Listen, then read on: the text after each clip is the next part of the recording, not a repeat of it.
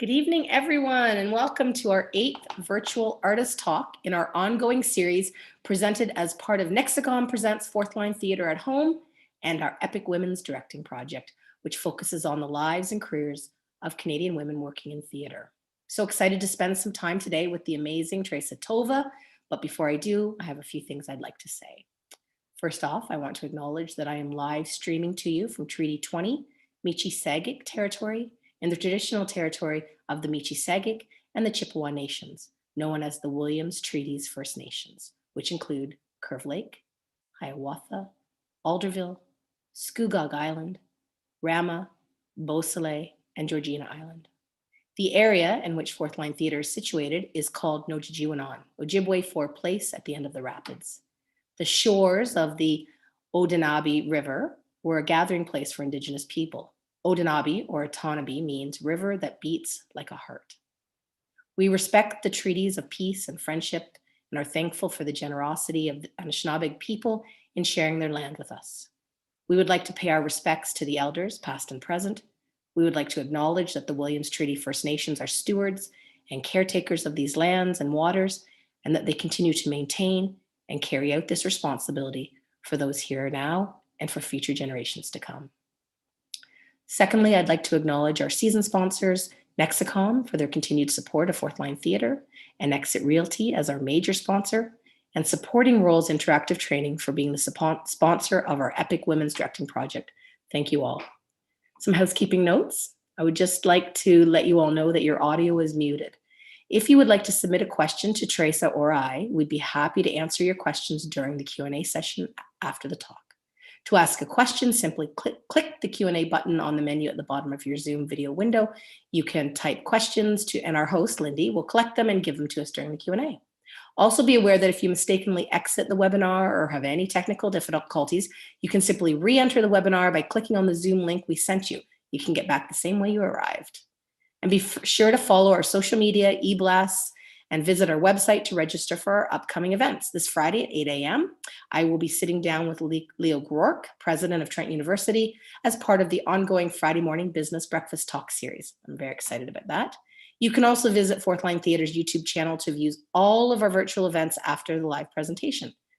So now I'm going to introduce my guest, my friend, and I'm a bit of a fangirl, a legit fangirl. So would you all please join me in welcoming Theresa Tova? Hello. Hi. How are you?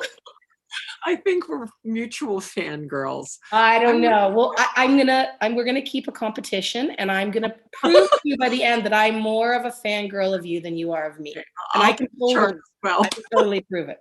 So here's my first. Thank you so much for joining me. Thank you for having me. I'm absolutely thrilled. I mean, you are. You got me to get dressed. I put on a shirt for you. Look at this. Are you dressed all the way, or is it top? Oh God, no.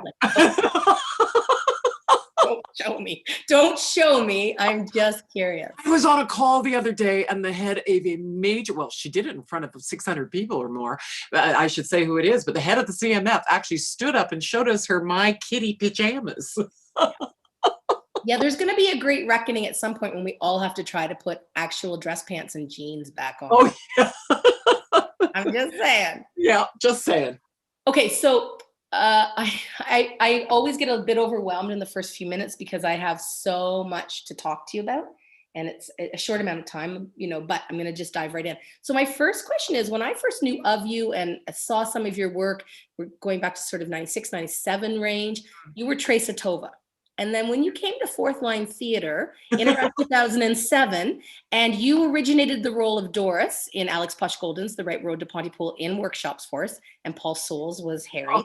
You were Tova. You were strongly Tova then. That was what we called you. Can you talk through what I should be calling you and the whole Theresa versus Tova thing when your name is Theresa Tova? Well, yeah, and it's actually two first names. Theresa Tova. I was born in France, so my birth certificate is Thérèse. And my family name is something very different that I haven't used since I became a professional actor.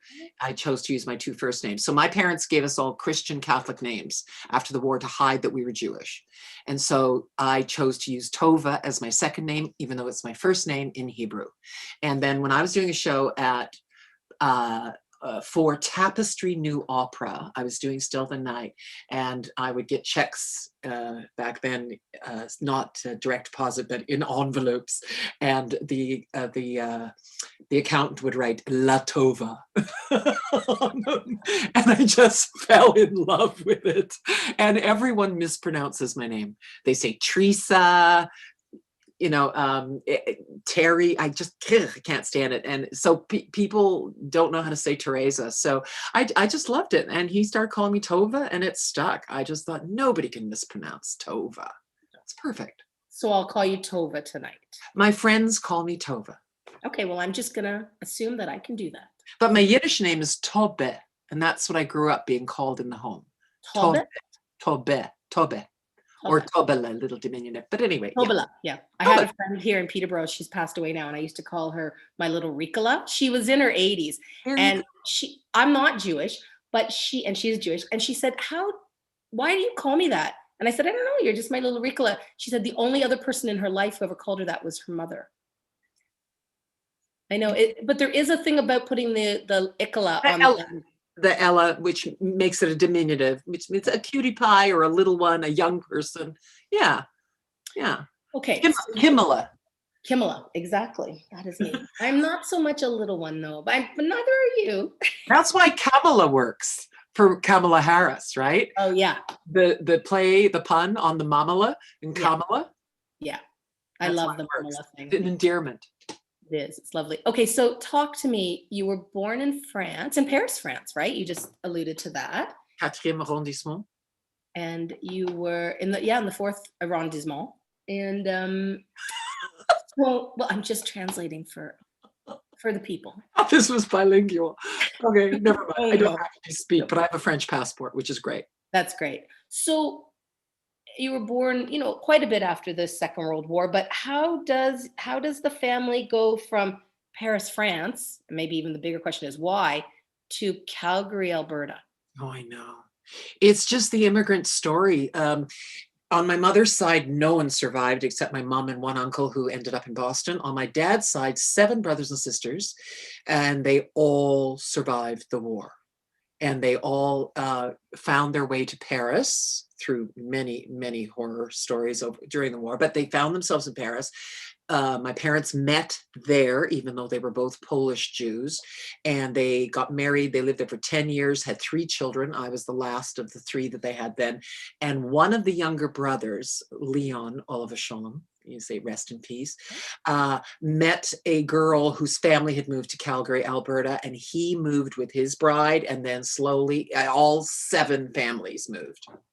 Come on. Yeah, so we were the last family to move from Paris to join. And are you sort of there by the mid-60s in Calgary? We came when I was a baby. We came in February 1957. Okay. Oh yeah, you were really little.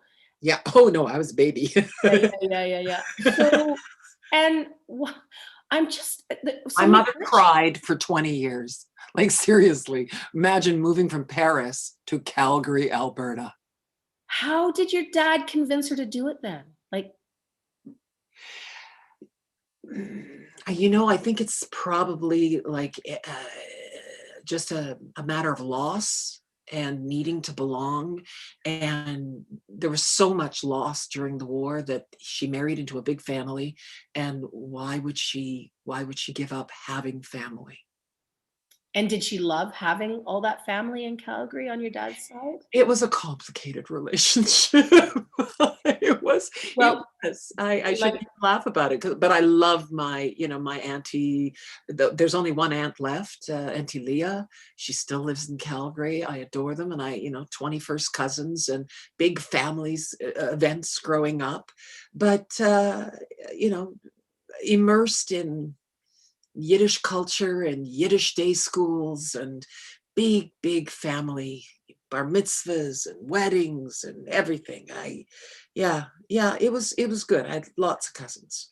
So you guys came to Calgary and there was a Jewish community there for you to feed into, separate from the family, or was it all based on the family? Y- Wow, good questions. When we came, my parents both, my dad spoke 9 languages fluently. I know, and your mom's 7, is that right? 7 languages fluently, but that's out of a necessity of trying to survive the Holocaust. Everywhere that my mother roamed during the war, she had to pick up languages, and she was given a gift by her parents in Poland. She was sent to a Catholic school, so she spoke not only Yiddish, but she also spoke Polish like a Pole, not like a Jew, and that saved her life. And then she learned German, and she learned French, and she learned Russian, and just on and on and on. And my dad even more. But they weren't schooled. Like my mother didn't go past grade 7, I believe, and my dad as well. So they didn't read and write. I wrote all my mother's Yiddish letters to relatives all her whole life because I read and write Yiddish because I was schooled. So no, they came. They had no English. And my dad, some Jewish man in Calgary bought him or lent him a 5-ton truck, and he became a junk dealer. He roamed the countryside picking up batteries. Very, very dirty work. And my mother was a chambermaid in a little motel that we helped run for some Jewish man. I mean, we were very, very poor. And I went to a private Jewish school, but we couldn't afford the tuition. So she sent 4 children for the price of 1. Okay. I like your mother already. I know how to get a deal. Yeah, I can tell. Oh my God. True. Yeah. So no, they were not educated, and they tried to hold on to that family and make a life for themselves. And they did so many things, but none of it was terribly successful. Right. That's interesting. And so, okay, I just want to read something. I got to find it here. Where I have to find my I might not be able to find it right now. Wait. I'm going to find it. It's the Globe and Mail quote. Oh, Globe and Mail. Find it in a Good. Wait, no, I'll find it in a second. Oh, dang. Oh, here it is. Yeah. Okay. So the Globe and Mail calls you, this is Michael Posner at the Globe, big, brassy, effervescent, a life force. If she's in the room, you'll know it. It is a compliment. Let us start by just saying that's a compliment. First of all, let me say Michael was very kind to me over the years. Yeah. Very, Well, very kind to me. what's not to be kind of it? So did you come out like that? Oh, wow. You are surprising the heck out of me. Did I come out like that? I was really, God, you'll never believe me saying this. I was shy. I was number 3 of 4 kids. Another sister was born in Calgary. I went to private Yiddish school till grade 7.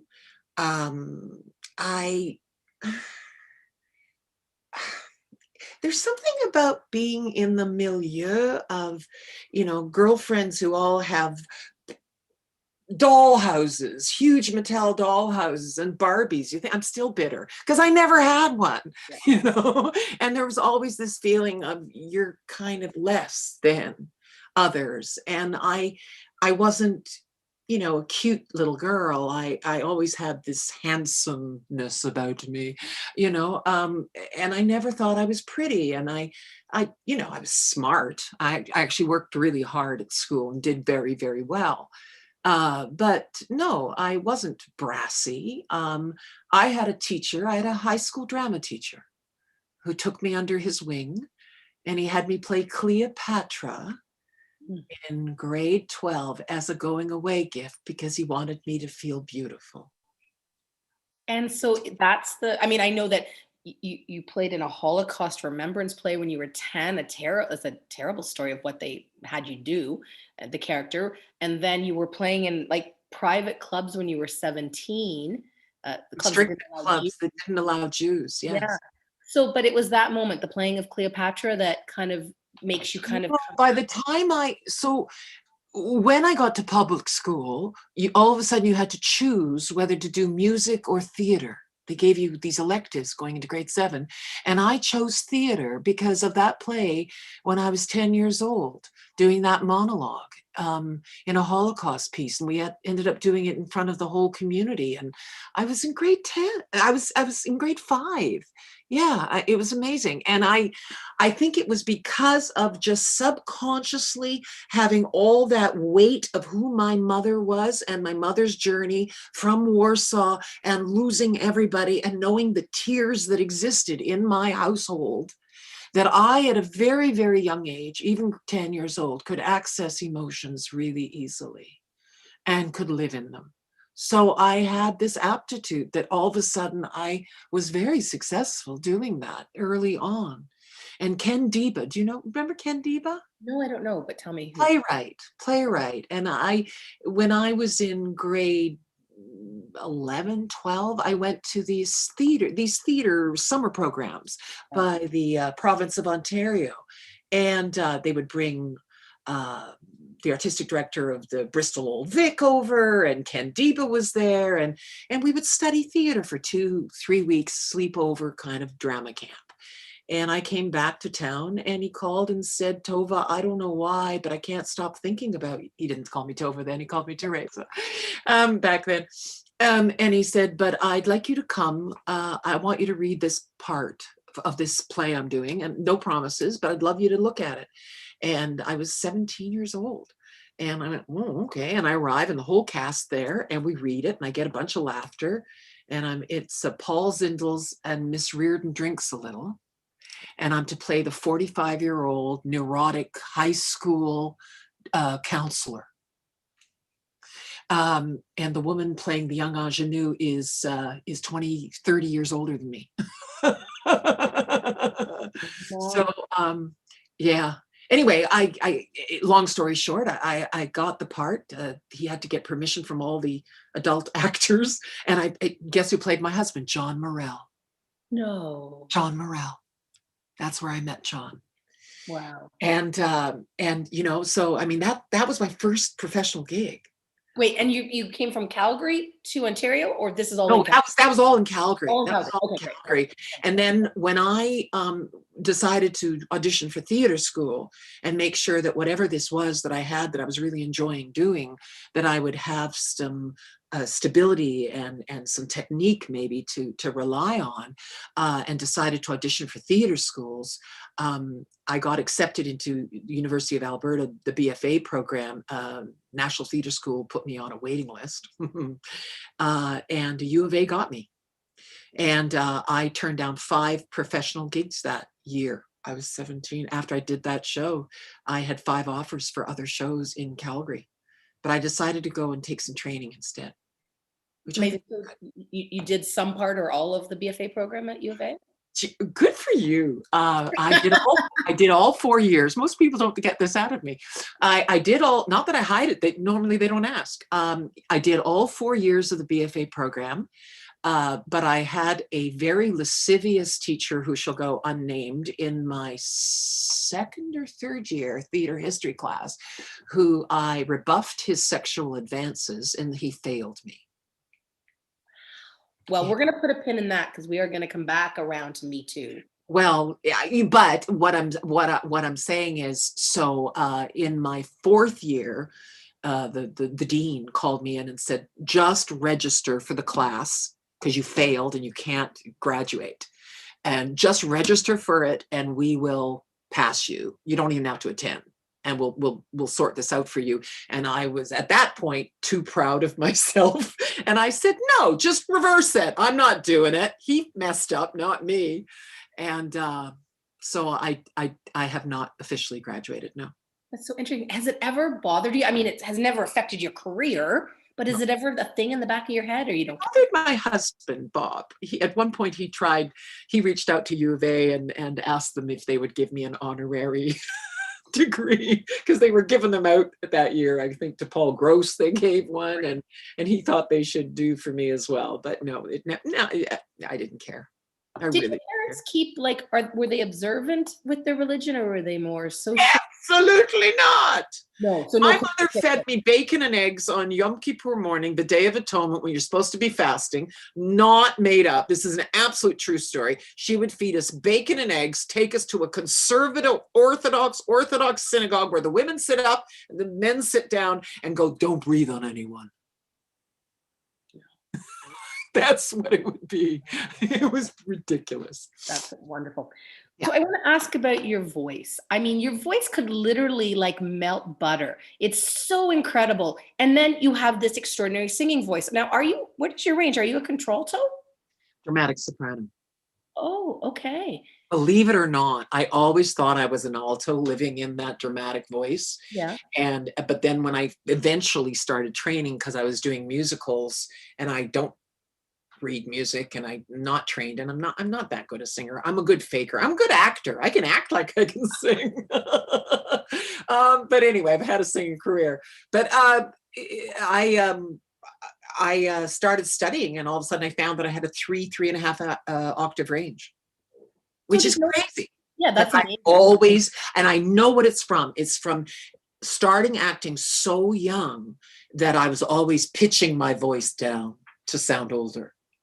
Because you were not going to get those ingenue roles. Like you were tall. No, right? I was a character actor, and my face too. I mean, not just the height, but I mean, I was 5'10" and a big girl too, big boned Alberta girl, and yeah, and I was just playing the older, wiser, dramatic character parts. So yeah. And so, did someone know? Like, did anyone know? I mean, I think you are a breathtaking singer.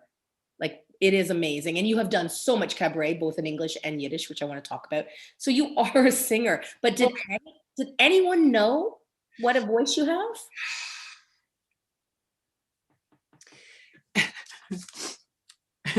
I auditioned for, I've probably told this story before, but very quickly, I auditioned for a big musical in high school and I didn't get it because I wasn't in the music department.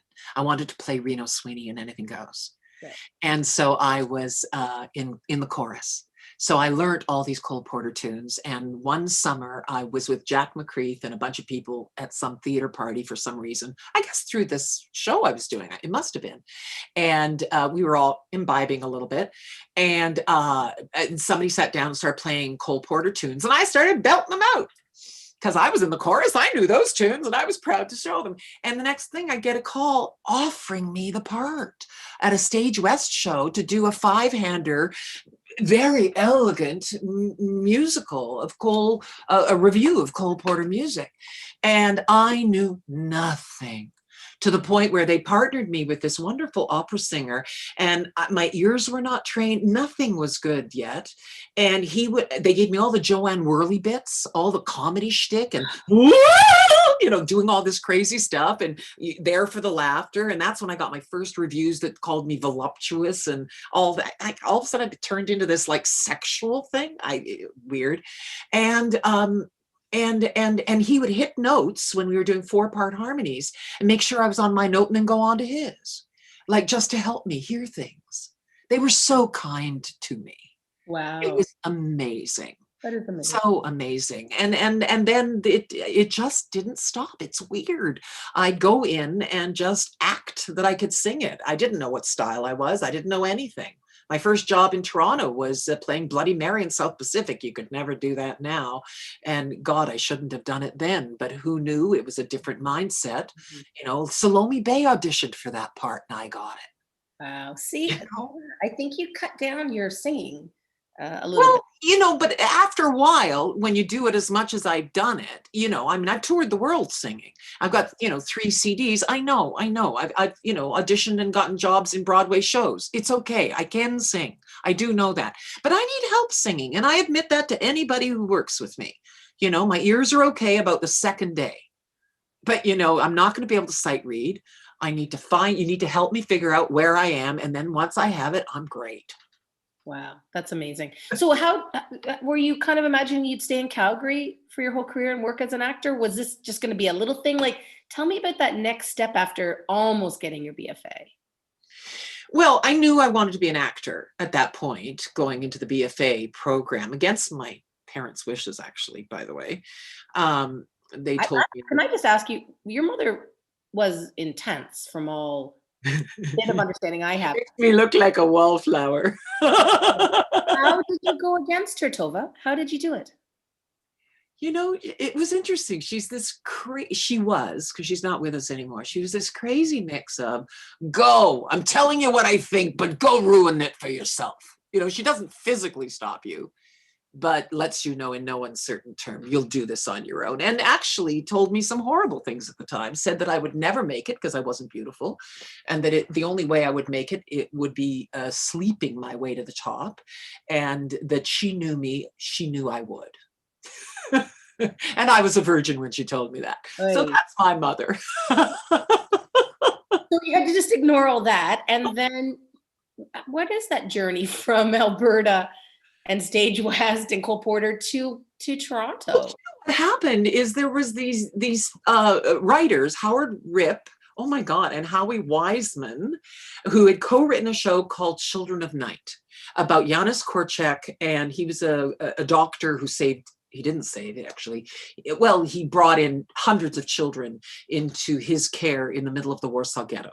And then the big story is that he marched them to the trains through the streets. And they had written a story about this heroic character, and they met me in Edmonton for some reason, don't remember how, but they had me do a reading of it for them when they were workshopping it or something. And then they brought me to Toronto to do that show at the Bathurst Street Theatre in 1978. Bathurst is now the Randolph Academy? Is that? Yeah, that's where that is. Yeah. With that beautiful converted church that became a great theater. And I've done so many shows there since, my gosh. But I came and did that show for them, and I spent a number of months, maybe 4 months in Toronto, and fell in love with Toronto. I just went, oh yes, I adore this place. And I said, I'm coming back. And it took me 2 years, but I did come back because I had other shows to finish in the Western circuit. And then I got back here, well, a year and a half. I got back here the fall of 79, early 1980 is the first time I worked in Toronto. And it was tough. I mean, and again, I'll say my mom, you know, she gave me an ultimatum. I was slinging beer in a disco club and trying to get in. It was really hard back then as an outsider to get into the Toronto scene. It was really, really hard. I auditioned for shows at Passmarais and was told, that's one of the finest auditions I've ever seen, but you're not from here. You don't have anything on your resume. And I went, what? I'd worked for 4 years in out west, but it wasn't Toronto credits. Yeah. So it was tough. And I called home one day crying because I was just a mess. I, you know, was being hit on by too many guys and things were bad. And my mother gave me 6 months. She said, I'll pay for everything for 6 months. If you don't get somewhere, you're coming home. And I got somewhere. What was the first thing in Toronto you got separate from the Children of the Night? Or yeah, Children of Night. The very first was a little audition that came for this young playwright named Sky Gilbert. Who had written a two-hander, and it ended up being myself and Mika Barnes playing Man in the Dark. And it was Sky's exploration of his relationships with men, but he wanted a woman to play it a la Judy Garland. Mm-hmm. So, you know, we would have these conversations about, no woman would ever say this. And would he change it, or would he ignore you, or were they huge? No, he'd totally ignore me and have me do it. So wait, was this at Buddy's, like on George Street, or an early? It was Theatre Passmarais backspace. Okay. Oh wow. Passmarais.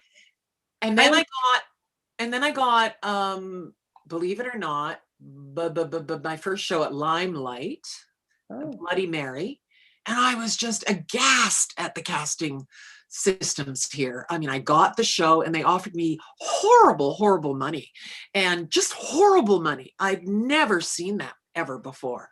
And I said, well, how can you do that? And he says, well, you've never worked in Toronto before.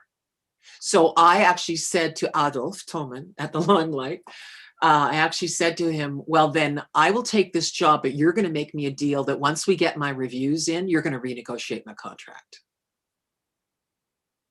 And he agreed. And He agreed. And then I got the Shaw Festival. And so I left the show before we could do it. okay. Well, you know. Yeah, right. Fair enough. Fair enough. So this is interesting to me about you and Sky and the Yeah. because you eventually, like within the last 3 years, you did a play of his called, is it called Sherry? Sherry? Yeah. Based on the writings of Colette, he wrote this beautiful monologue, and then Dustin Peters wrote this incredible music, and it's myself on stage playing this aging courtesan. And he wanted originally a woman in her 80s to play it, and he had cast someone in her 80s, but she wasn't well enough to do it. Yes, okay. Then he cast somebody in the 70s, in her 70s to do it, and got into trouble with, because it's just 18 pages of solid monologue, wall to wall to wall to wall monologue. And that was problematic. And then he came down to someone in her 60s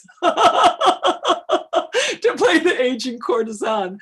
I kept that play in my mind, I think, for at least 3 to 4 months. I refused to stop running the monologues in my brain because I wanted so badly to keep it alive and do it again. Wow. Well, I was reading, I think I was reading in Now that, what did they say? They say you ripped into the role and you deserved an hour to yourself with no one else on stage. It was such a gift. Sky is so brilliant, and I just adore him. He's so smart. Does it all dramaturgically work? No, but hey, it's theater and it's fantasy and it's okay. I'm okay to tell a story about today, even though I'm playing somebody, in some indiscriminate time period. I'm okay with that. I can make that work, just bring the audience along. We're good. That's amazing. Like for me, I was thinking about you and your career, and you go from the big houses, Stratford and Shaw, and then you get this, you reinvent yourself for this whole cabaret career, which I want to talk about. And then in the last, correct me if I'm wrong, in the last 5 years, you seem to have kind of become the darling of indie theater pre-pandemic. Well, that was nuts. I'd never done indie theater until that period. And I remember I was doing a show for Jeanette Lambermont. We were doing something at Talk is Free, the Libertine. And it was great. It was lovely. Really challenging piece. And, these young indie artists, Benjamin Blaze was talking about this show, and all I'd heard was the title. I had not read it. I didn't know what it was, and I hardly knew him. But I did say to him in a break one day, I said, if you need a woman my age in this show that's about Jews, don't be afraid to ask. Well, tell everyone the name of that show. It was called Tough Jews. Tough Jews. And it was based on the research that Michael Ross Alpert had done of the 1930s and the Jewish communities and the drug smuggling and the alcohol prohibition and all that. And it was like a speakeasy in the middle of Kensington Market. In a basement. And we did it in a basement that was a speakeasy in today's Kensington Market. So I have followed you around and seen you. Here's where I've seen you. I've seen you at Factory Main Space. I've seen you at the Festival Theatre at Stratford. I have seen you in the extra space at Tarragon. I've seen you in the Queen's bedroom. With Grant Ramsey. Yeah, with Grant Ramsey, yes. And I have seen you in a basement in Kensington Market where, like in that, we were packed in there. Oh, yeah.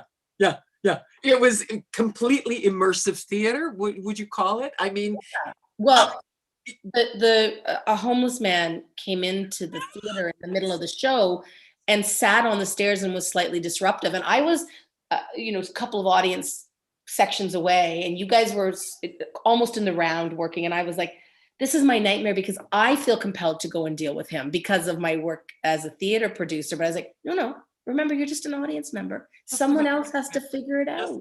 Well, you couldn't sit in the front row of that show because Simon Fawn had done such amazing, amazing fight work. I And did. it opened with somebody being shot in the face.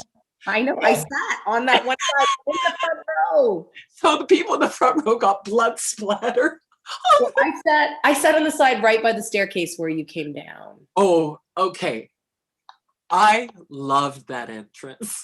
Okay, will you tell me what is upstairs? Where were you? An exit to Augusta Street. Oh my God. It's a tiny little, oh, I have pictures of it. I took pictures up there because I'm upstairs cooking bacon and eggs on a little frying pan because there's no backstage and nobody can deliver you your props. So I had to cook them upstairs, and then I would open the door, and with my shirke, with my dish rag, I'd waft the bacon grease down the steps so that you would be in. And it worked. Oh, I would have thought for sure you guys were like in an abandoned futon store or something. No, we were there was 5, 6 of us at one time. And you had to like turn around like a kitchen party because it was just a narrow hallway to get an extra exit out of that place. You were so good in that. You were kind of like the head of a Jewish mafia family, right? It was She was the mama behind it, and she was the one killing people, and you didn't find out till the end. Yeah. She was the mastermind behind it all. Yeah. And tough woman, but what I loved about her was imbuing her with the love she had. She was only tough because she did what she needed to do for the love of her children. Do you always, I'm curious about you and how you approach characters, and this brings, what you're saying brings me to wonder about this. How do you approach a character? Do you have to fall in love with a character to play them? Yeah, I think I do. I think I do. There's always, there has to be a reason. They're not just evil, right? They can't be. And she's not. And you, that's what makes the evil moments work so well, is because you play against it. In that show, all I did was keep trying to find the moments of love she had for her children. That was my journey, because the other stuff was there. It's just imbuing it with all those little warm bits that when she turns on a dime, it becomes frightening. If you expect her to be mean, if you don't know what's coming, then she's dangerous. Yeah. For her children and for us as audience. Yeah. I'm curious about how you approach the script and the character. Like, do you maybe just talk to me about when you first get the script, before you're coming into rehearsal? Do you make a lot of decisions or a few decisions, or what do you do? What's your process and your homework like? Just lots of reading, lots of making sure, first of all, that just the silly, homework stuff, making sure you understand everything. Like, what's that street? Where is it? Look it up on Google, get a visual of it, go do research if you can, if it's accessible to you. I don't make a lot of decisions before I come in because I want to play. I like rehearsals. I like being able to play. And I trust myself enough that I've got a lot of choices I can choose from. And so just keep them all in the air. And, it's a collaborative thing with the director, with the other actors. So no, I can't predetermine what I'm going to do. And what kind of director do you like? Like, when you think of all the directors you've had, what's the best for you to do your best work? Someone who builds on what I bring. Someone who takes what I bring to the table and says, I love that. Now try and add this with that and see where it takes you. Rather than, oh, I don't like that. Could you go this way instead? It's like, whoa, we may get there anyway to what you want, but to bring me along where I feel safe to play and make a fool of myself is what I love. I don't need to be treated badly by a director. I really don't. Well, yeah. I mean, I guess who does in some ways, because but it used to be the way it was, right? Right. I mean, a lot of directors. I hate to say that, but it was true. It's been true. What was it you called it? I love it. We justify all the bad choices from before, the choices that are different now, by saying it was a different time. You said it was a different mindset. Yeah. I like that. Yeah, it sure was. It sure was. Yeah. On the other side of it, though, is I like to be pushed too. I mean, that goes against what I just said, but I love to be, No, it doesn't. I love to have things drawn out that oh, where'd that come from? Oh, I love that you gave me that. Yes, yes, yes. Because I went to New York once to work with a director in a show, and I was waiting, and it was a musical, and I was waiting for our one-on-one time, which I'm used to getting with a musical director, and never got it. Never got it. And it was like 2 weeks into rehearsal. And I finally went up and said, when are we going to have some time? And he goes, what? I'm supposed to teach you how to sing. And it was like, I'm here to learn from you. Please, let's do some stuff together. So, yeah, because I'm one of those lucky actors, and I know not all actors are. I audition really well. And so I can find something right away. But then for it to be just surface is not satisfying. I need to break it down and fill it up so that we may end up with the same choice, but I am so full of other things that got me there that it's solid. Yeah, that's great. I mean, first of all, you have a kind of well, you obviously articulate that you are playful, which is the biggest part of being an actor, right? Is playing and trying and playing and being open. And if the director can create a safe space for you to play and try and help you craft performance in the reality that you and the other actors are creating, that's kind of actor, right? Well, I think what I do when I go in to audition for things is I make strong choices, and I might be wrong. And that is maybe what gets me out of the room too fast. You know, if it's too wrong. Like I once had a TV director come up to me. I did this great over the top, wonderful star of something or other in a TV show. And she was playing a star, and he comes up to me, and he takes my face in his hands. He goes, I love what you did. You're not going to do any of that on the day. Okay, great. Like I entertained the hell out of him, and that's not going to be what you're going to do. But you're going to be there, but you won't do any of that. Okay, great, thanks. Basically, he was saying you're not the star. You're not going to be that good. You're not going to be that funny. Great, I love that. I wanted to ask you, was there ever a chance you were going to leave Toronto after that first gig, or did it happen to be like, when is there in there that you make the decision that Toronto's going to be home? My plan was I was going to be in Toronto for 5 years, and then I would be in New York. Okay. That was my original plan. I was a theater baby. I was not film and TV. I didn't know about concert work. I didn't know about any of that. I was just theater. And I met a guy. I was going to say, is it Bob? Is it Bob's fault? And I remember being in New York. I've been in New York a few times to work. And I remember being in New York one time, and I remember it was not cell phone time. It was earlier than that. I remember being on the phone with him at a phone booth and going, Bob, we have to move here. Oh my God, I just love it. And he goes, okay, yeah, sure. But we never did. Yeah. You kept coming back here. Yeah. And you guys, so you have 2 kids, you and Bob. You've been together for a lifetime. time. I met him January 6th, 1980. Oh yeah, a long time. And not long after you come to Toronto. Exactly. And love at first sight-ish, or? I'm looking that way going, can you hear us? I was a serial monogamist at the time. I like it. And he was a young theater pup with a healthy appetite as well. But we got together, and that was it. That was it.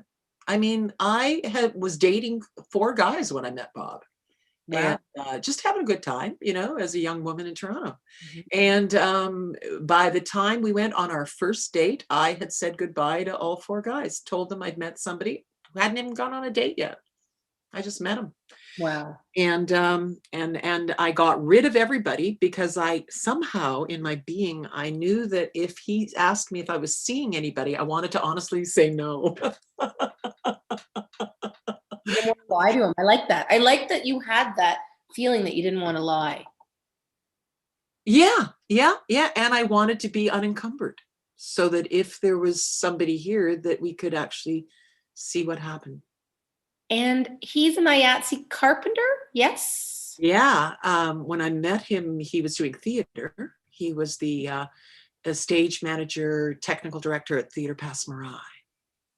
I didn't know that. So explain what IATSE is, because I'm using acronyms like everybody knows. International Alliance of Technical Stage Employees. Close enough, right?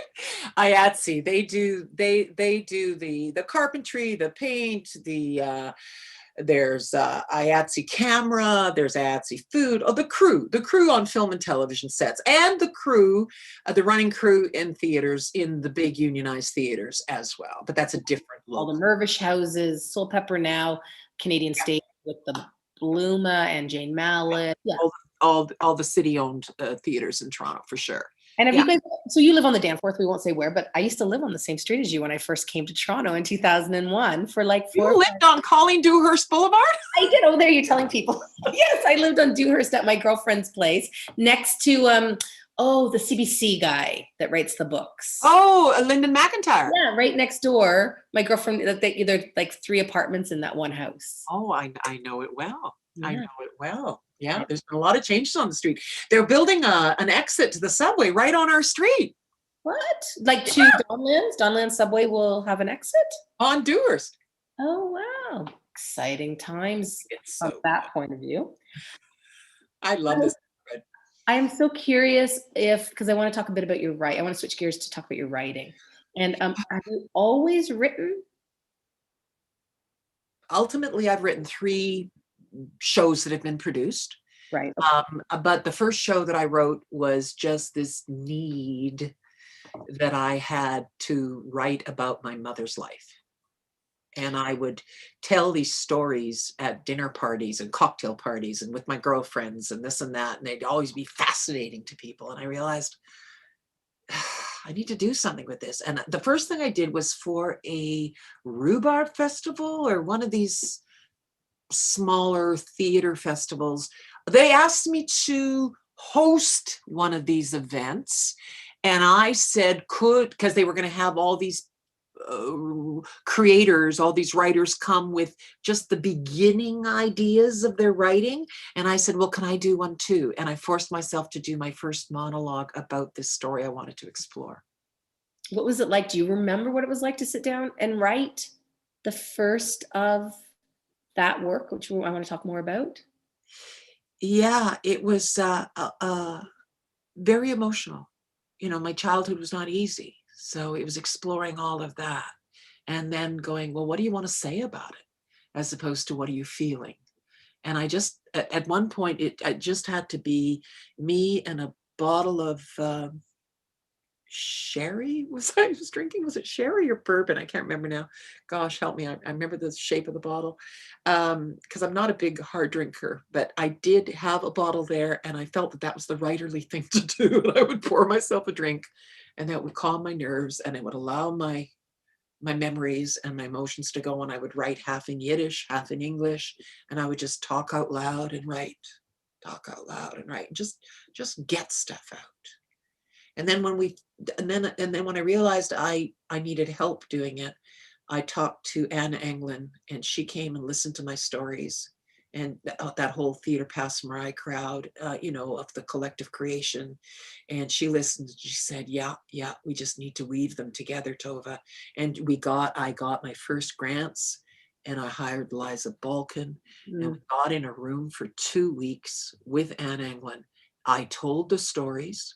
And then Liza and I improvised the stories and I recorded everything. And then I spent the next 3-4 months listening to the improvisations and writing. So this play is called Still the Night. And I can't believe it's 24 years ago. January 5th, I think you opened January 5th, 1997. Is that possible? No, the first production was October 96. Okay, so is it second production? Like, because it came back. You did it. We'll talk about that. And then Mary Ellen Mahoney? Because I went off to do Broadway national tour. Okay, so Still the Night is a play, a 2-hander. And I've got to say, I have seen hundreds of plays in my life. And some I remember, some I don't, but I don't know very many plays from that long ago that I remember Big Branya and Little Branya. Like the names of the two characters, I can see you and hear you playing Big Branya. I can hear Liza doing the Little Branya. And these are your mom and her cousin, yes? Yeah, yeah. And is it, how much of it is real? Can you tell us the story and tell me how much of it is a true story? I'd say 98% of it is true. The dialogue isn't, but the things that happened are. And so they hid in the woods in the Second For World War. 5 years. So oh gosh, so real quick, I mean, my mother grew up in the heart of Warsaw, carriages to the opera house on Saturday night. Her father was a shoemaker. The business was on the main floor. They lived second and third floor. They had maids. My mother's whole thing growing up in Calgary, we had no maids. We had no money. My dad was a truck driver picking up batteries, as I said. But she would sit there after eating it. She'd go, Maria, come get the dishes, as a joke, right? Calling the maid that she grew up with. But so she, when the war broke out, her father was a communist. And sort of and he was in and out of jail a lot before the war. And when the war broke out and Warsaw was taken over, he smuggled the family outside of Warsaw to a farm, a cousin's farm. And that's where little Bryna was, her cousin, both named after the same woman. My mother's real name is Bronke. I just changed it because it's so weird sounding. I made it something a little more anglicized. But and I met Bronke, little Bronke, in Israel in the 1970s when I went there. So You did your birthright tour? Like you did your birthright tour to Israel and met her, or just? No, my children did a birthright tour, but I just went and lived on kibbutz. Funny, you don't look Jewish. No, but yeah, so where was I? So yeah, I met her back then and heard the stories, and there are scenes that are in that play that are direct depictions of what happened in my meeting with little Bryna when I was in my 20s and she hadn't seen my mother in 20 years, 30 years, and I looked just like my mother when they left each other. So, that all of that stuff happened, and all that stuff happened to me. So, it was complicated. I wanted to talk about growing up the daughter of a survivor. And my mother, they smuggled her and her family out onto that farm. The Nazis came, took the uncle away, shot him. My mother and her cousin ran into town, saw his boots as they wheeled him off. They used to make people they were shooting take off their boots for some reason. Anyway, they brought the boots back, and that's when my grandfather, Montres, said he was not going to endanger anyone else's life. And they smuggled themselves back into the Warsaw Ghetto, and they left my mother on the farm against her will to try and survive, because he knew he was going back to die. And the day that the Nazis came back to the farm, the girls were in the fields playing.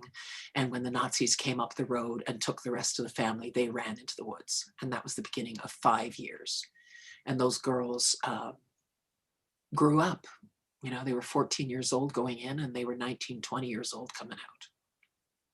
So they grew breasts and got their periods and got impregnated and were hung and tortured by the Gestapo. And they just lived, never a concentration camp, but lived in the woods, scavenging for whatever they could, and became good little partisans, and met up different times with roaming bands of men in the woods, and were used and abused many times over. And I would hear these stories my whole life growing up. And so I used to laughingly say, Betty Friedan, nothing on my mom. Talk about, being strong. And yet, what's interesting is your mom's pain and anger is so there. And then when you go to Israel and you meet her cousins, had the same experience. she has found a way to be joyful and happy, right? In a different way. She saved my life. That woman, little Blomke, gave me the strength to say, I don't need to be like my mom. I don't need to be bitter. I don't need to hate the world. Even though we've been through this, I can believe in love because she believed in love. It didn't make her hate the world. My mother hated everyone. She had a great zest for life at the same time. She was a real contradiction. But she blamed everyone for her pain.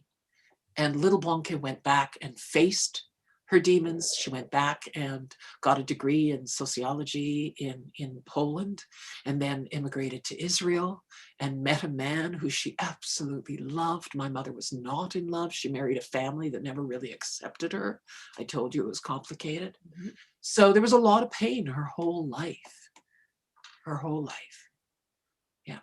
Wow. So you create a musical story. You win 4 Doras. You're nominated for a Governor General's Award. It has had legs in life. I'm trying to find what Variety said about Still the Night is the heart of the piece lies not in the wartime atrocities, but in the ways in which survivors deal with experiences and memories after the war. Yeah, I think that's the struggle. What are your choices? Don't blame Hitler for how you choose to learn from what happened to you. And that's what I wanted to talk about. It's a choice. It's a choice. You have no right to lash out at your children, at the rest of the world, at waitresses. You know, my mother was tough on everyone, not just us.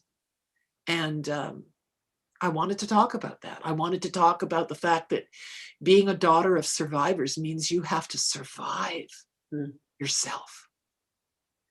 It's generational. Can I just ask you quickly, you don't have to answer this, did you have to break patterns with your own kids as a mother? Like, how did you know how to mother your kids? You don't have to answer. No, it was always part of the conversations Bob and I had. You know, he had a very kind of strict farm dad who was, you know, spare the rod and that kind of thing. And I had this very troubled Holocaust survivor parent. And when we were in the worst of ourselves, we would note it. He had a hat that we would call his George hat, and I would be Blomke. And we would know that that wasn't us. That wasn't the us we wanted to be. And we would call it and we would stop it. Wow. It's amazing you're so realized. Okay, I have 2 other questions about Still the Night, then I'll move on to other things. But did your mother ever see you do the show? Yes. Okay. Yes. She saw the last production that we did. It turned out to be the last production in Montreal at the Centaur Theatre. And I had arranged seats for her at any time and my sister to come see it. I begged her to come see it. At that time, we were estranged. We were not talking. My mother tried to sue me for doing the show. And she sent a lawsuit to try and stop the show at the National Arts Center. And she sued Michael Posner. Yeah. And the Ottawa Citizen. And anyway, the Globe Mail. Anyway, it was just bad because there was some reviewer who called my mother in a review a concentration camp whore. My mother was never in a concentration camp. And she wasn't a whore. And I used to have trouble when I was doing things like, you know, Peter Zowski and different interviews talking about it. But with friends, I would say, hey, I fucked men for a lot less than my mother. You know, she was, you know, she was gang raped by 17 men. How many times in the woods? Right. I mean, that's the reality of women in war. And I wanted to tell that story because my mother was as difficult as she was, those stories were so courageous and she was my heroine. Like truly. And for her to get through all that, I ultimately, anyway, I was so proud. And I wanted to explore that, you know, and that's to me the strength of Still the Night. When we go back into the stories of the Holocaust, that's where it becomes exciting. It's heroism because you know they survive. Right? There's no, are they going to make it? It's how are they going to make it this time? Because 5 years of adventures of absolutely unbelievable heroism. So the Holocaust stories were courageous and heroic, and you know, these two girls, I've got a gun. You know, it's like I got bullets. You know, but when you go into today's reality, or today's reality that I wrote in Still the Night, which is basically the 70s and me growing up as her daughter, that was the painful part. That was where the abuse upon abuse was happening in the name of what she'd gone through. And that so was hard. She made a decision to come see it, even though everything that how angry she was in the lawsuits. I called and I asked, and I said, look, I would love you to come see it. And I called my sister and I said, there will be 2 tickets waiting for you. You don't have to pay to see it, whatever. And she hadn't come. And the last week, I swear, I thought I saw her in the audience 3 times. And then I'd come off stage and no, Mom.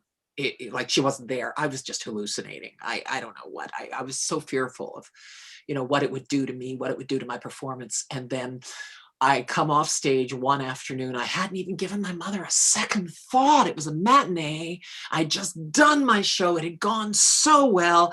And I come downstairs in the Centaur Theater, and the stage manager, who had to come down 3 flights from the booth, and around and down and across, beat me to my dressing room. She was standing in my dressing room out of breath. And I went, what? She was, she's here. She's here. And I was like, and all I could think of is, oh, thank God. I didn't think of her once. All I did was my show. She actually saw my show instead of me being a neurotic mess thinking she was there watching me, right? I mean, I was so happy that I actually got her to see the show I wanted her to see. And what we had done is we had arranged with stage management that whenever this person came to pick up the tickets, that they would know that that's my mom, with my sister probably, or whoever she chose to come with, and that they would seat her 2nd row to the back of the theater on the aisle, and there would be a usher right behind her. Because the plan was that I totally expected my mother to stand up and start screaming at me in the middle of the show. That's not what I did. You liar. No wonder I took you to court, whatever. So, at one point, I heard later that she turned around to the woman, the usher, and said, "What? You're here to watch me?" Yeah. So my mother had sued me, or attempted to sue me. She didn't follow it through, but she did serve us all with letters. And then I got a lawyer to write her back and tell her to cease and desist. Like, just stop it. You've told your story so many times. I'm not divulging anything that you didn't tell me, and 100 other people. So anyway, so she did drop it at one point, but her big point in the lawsuit was that I had no right to tell people her stories or who she was, to divulge who she was. And I changed names. That's why I didn't use Blanca as well, as Bryna, little Bryna. I did use my grandparents' names. I wanted to honor them. But at any rate, after the show, I come up, and as every night, there was people waiting to get signatures, autographs on the published play. And this woman, I can see my mom, and she's lined up. She's waiting to talk to me after all these people are done with me. And this woman, just before her, comes up, gives me the book, and goes, "Miss Tova, can I have your signature? I've already got your mom's autograph."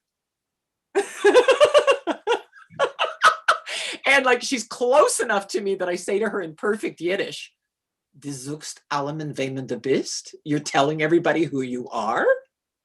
She goes, "Sie hat mich gefragt." She asked me, she says, she asked me.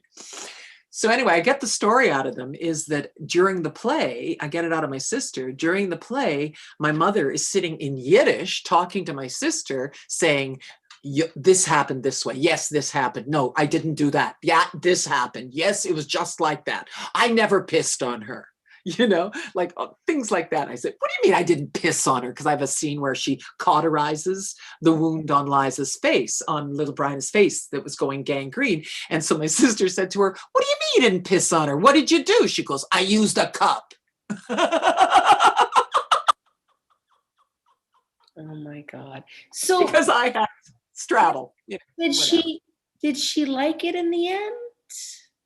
I asked her, we went for lunch right after the play, and I had to, normally what I would do is I would go for lunch, eat something, and then I would go back to the theater, and I would have a masseuse come in and massage me for an hour, and then I would go to sleep, and then I would wake up and I'd do it again.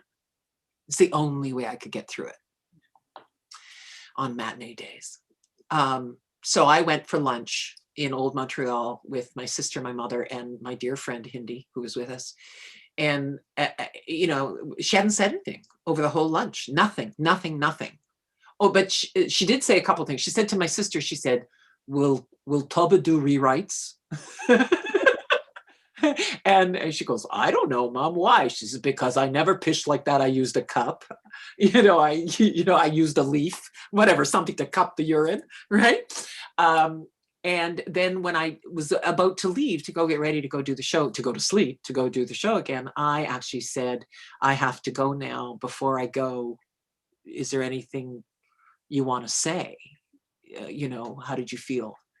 And the only thing she said was, I don't talk like that. Do I talk like that? I don't talk like that. That's what she said. That's amazing. That's amazing. Yeah. I'm so glad she saw it. I've got to say. Me too, because I think it actually inspired her to do the which she had never done before, the talks to the Walk of the Living, and she would become a docent, and she'd go into Holocaust centers, and she would talk to children about her experiences as a young girl in the Holocaust.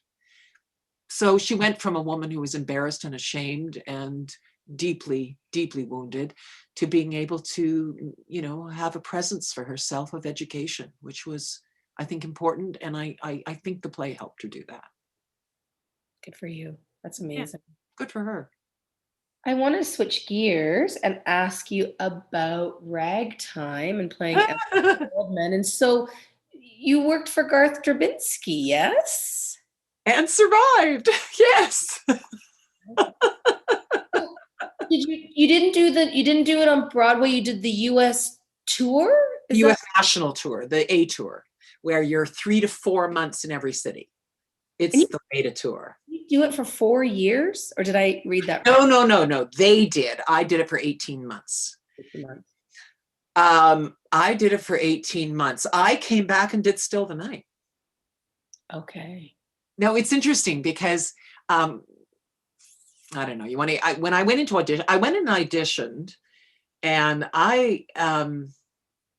and they put me what they called in the mix.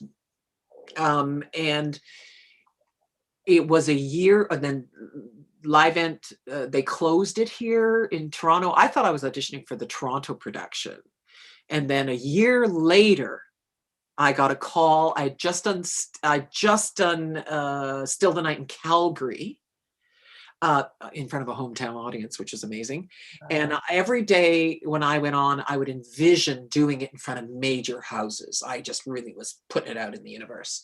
And then I got a call that Garth Drabinsky wanted to see me again. It was 1 year later.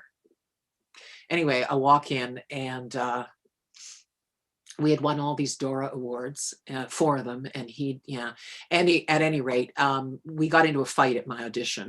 Yes, I read a story about your fight with Dora. Oh my God, we got into a fight because he's just so full of himself, right? And he basically, doesn't talk to actors, or didn't talk to me. He basically, can she hit the B flat?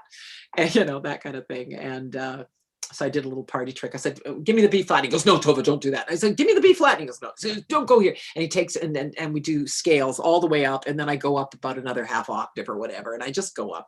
It's nothing I could do in a show ever. It's just a trick. And so he knows I can hit the B flat. Fine. And then he goes, are you ready to tour? Are you ready to tour? And I said, well, for a little while. And he goes, for a year or nothing. And I went, Mr. Drabinsky, what I'm telling you is, like, I've got this little show called Still the Night that just won 4 Dora Awards when you won your 7 the same night. And I'm talking to 4 different theaters about doing it next year. So what I'm telling you is I've got 6 to 8 months of my life I can give you, but after that, I've got my show. And he just went, this would be an incredible opportunity for you, Miss Tova. And I said, so's my own show, Mr. Drabinsky. And he goes, well, then you got a lot to think about, don't you?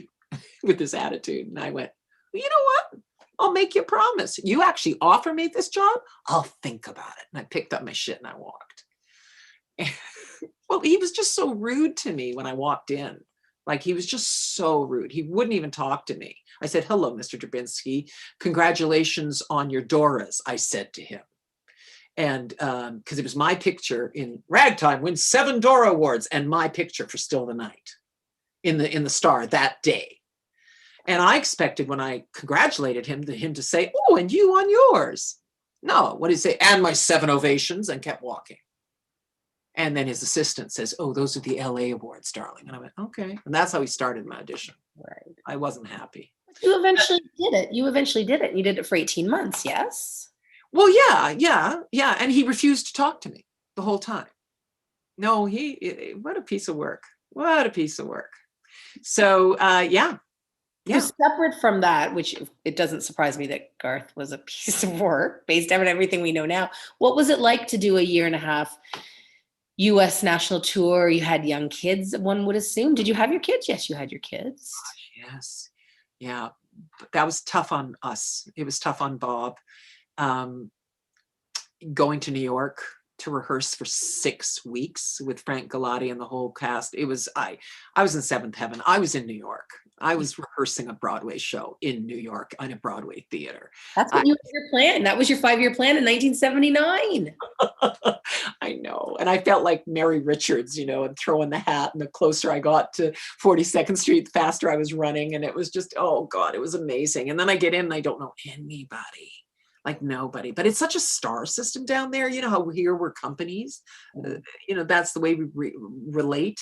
Yep. We're ensembles. Not there. It's a star system, and they've got everybody's name where you should be sitting. And I'm right next to the leads, and it's also starring Theresa Tova, and it's like, all of that, and nobody knows who you are, and it's crazy. It's crazy, and it was monstrous. It was monstrous. There would be a huge panel watching rehearse every single day because of all the producers and all the, it was a lot of pressure, but it was amazing. It was incredible. I had so much fun, and my kids came with me to Washington. Well, they visited for a weekend in New York with Bob. And then when I went to Washington to open the show, they came down for 6 weeks with me and lived with me in Washington.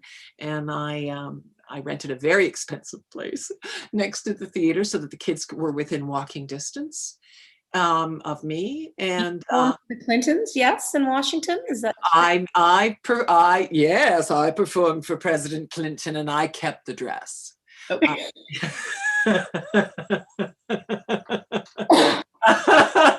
And that's one of 2 times I met Hillary. I sang for her another time as well. She just fabulous woman. I also met her when she was a senator. I was down in New York to sing for a different event, and met her again, and met Gore, the whole DNC. It was quite wonderful.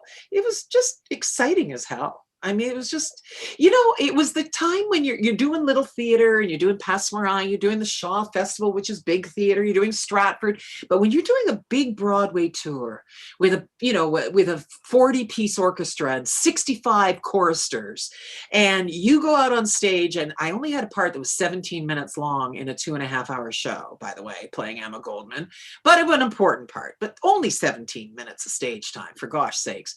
But when you walk out and there's a whole chorus behind you, and the spotlight hits you, and there's 40 musicians supporting you singing, you go, I think this is as good as it gets. It's like you go, if you don't enjoy this, you're in the wrong game, Tova. And this is good. This is great writing. And it's Frank Galati directing. And it's just a different world. You know, you don't get direction from Frank. The assistant, he goes, lovely, darling, lovely. All right, Madeline, you can talk. And he leaves, and then she gives you all his notes. You know, Wow. so he's the good guy, and then the assistant gives you what he wants you to do. Amazing. It's amazing, like thinking of Still the Night at the same time as Ragtime is happening and that overlap. I didn't know that. I wanted to ask you about. That's why we recast Mary Ellen. That I had to cast Mary Ellen because I had to leave to do Ragtime. Well, she was great too, but she was no Tova. That's what I will say. Yeah. That's what I'll say. Yeah. I want to ask you about cabaret. Like, where do you get interested in cabaret? In Peterborough. What? Do you not know this? No. So I lived in on Old Lake Cachanuka, Lakefield. Yes. I lived on Old Youngs Point Road. Yes. A big farmhouse with a pool in the back overlooking a lake. And we lived there for almost 2 years. We left the city. And when we moved out to Youngs Point, Lakefield, I met up with Robert Winslow of the Fourth Line Theatre, but he had not started it yet. And he had a theater company, a troupe at Artscape on the main street in Peterborough called East Side Players. East City Players. East City Players. That's it. Friday nights. And so, you know, I met, you did. Huh? Yeah, I was part of the soaps. So, and what I created was this character based on one of my neighbors, the Dunfords. You know, I ain't no racist. Yeah, and, you know, and she loved to sing. I created this character that loved to sing. What can I tell you? And then David Ramsden, I met him doing that. And Robert Winslow. And there were so many great. David Bateman, I think that's David Bateman. Oh my God. I gave him all my Erte gown. I had this beautiful orange Erte gown that I gave him for Blanche that he was playing. Anyway, and then because of that, David thought I was a singer.